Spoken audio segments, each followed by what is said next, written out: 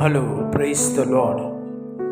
நம்முடைய துக்கங்களை எல்லாம் உடைத்து நம்மை சந்தோஷத்தினாலே இடைக்கட்டுகிற தேவனுடைய நாமத்துக்கு மகிமை உண்டாவதாக. இந்த நாளுக்கான வேத வசனம் ஏசாயா 53 அதிகாரம் 4வது வசனம்.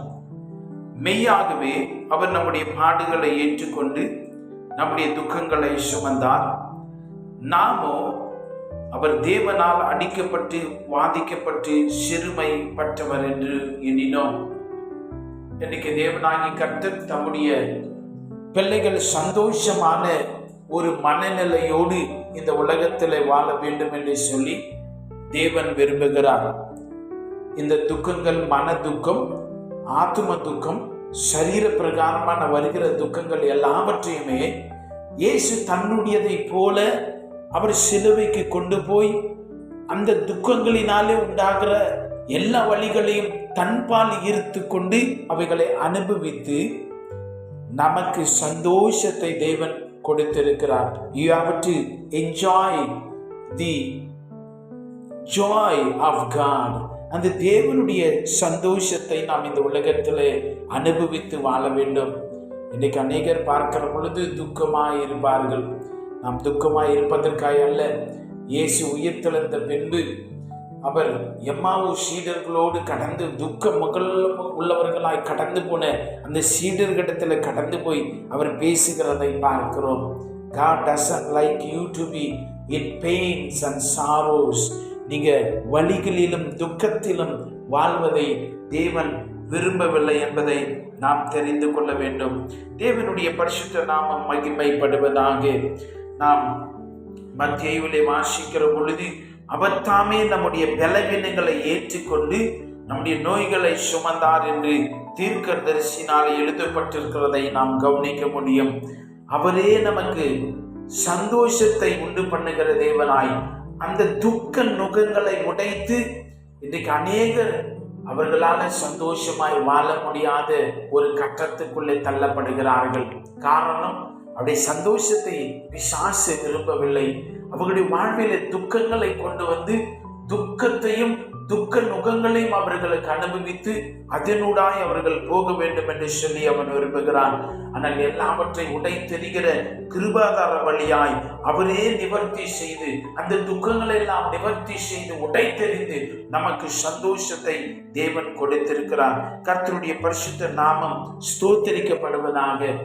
ஒருவேளை நீங்க துக்கமா வாழ்ந்து கொண்டிருக்கிறீர்களா? அநேக காரியங்களை குறித்து நான் துக்கப்பட்டுக்கிட்டே இருக்கிறேன், என்னால் சந்தோஷமா இருக்க முடியவில்லை என்று சொன்னால் நீங்க உங்களே கேட்டு பாருங்க.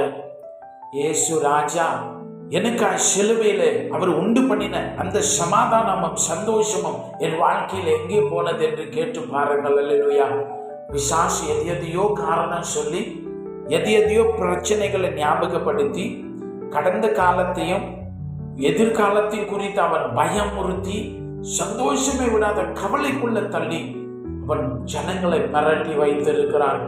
வேதத்தில் வாசிக்கிறோம், தேவன் நாம் அபிதமாய் வாழ விரும்பவில்லை.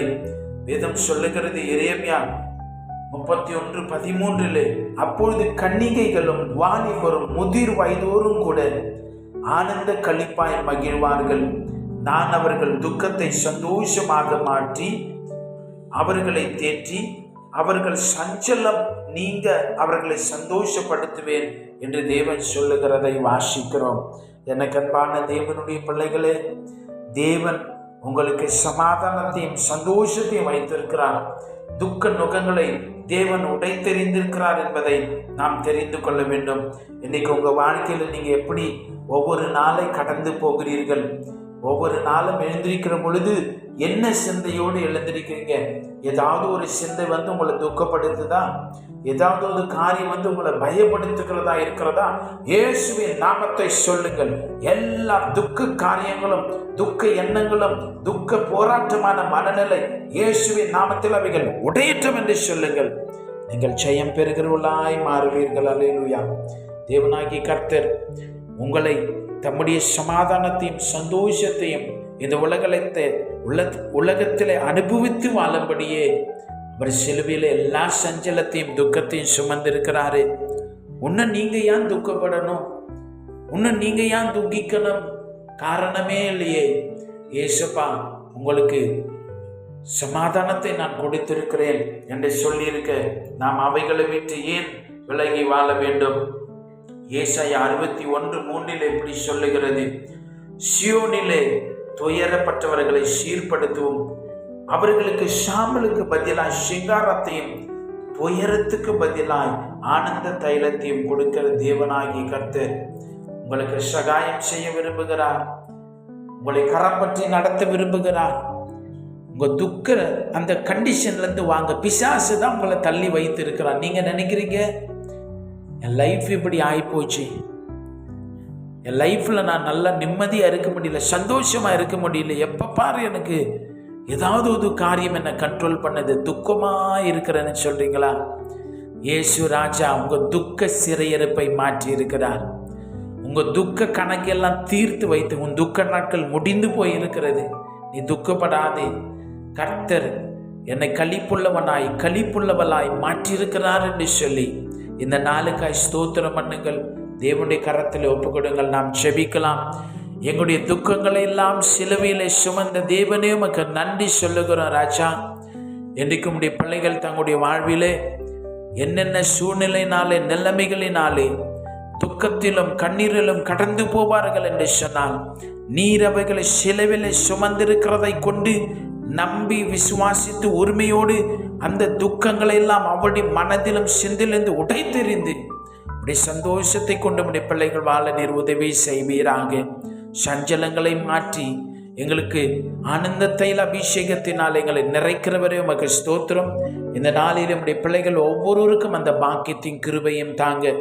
உடைய சந்தோஷம் உடைய சமாதானத்தினால் நிரப்புங்க. இயேசுவின் வல்லமையுள்ள நாமத்தில் செபிக்கிறோம் பிதாவே. ஆமீன். God bless you.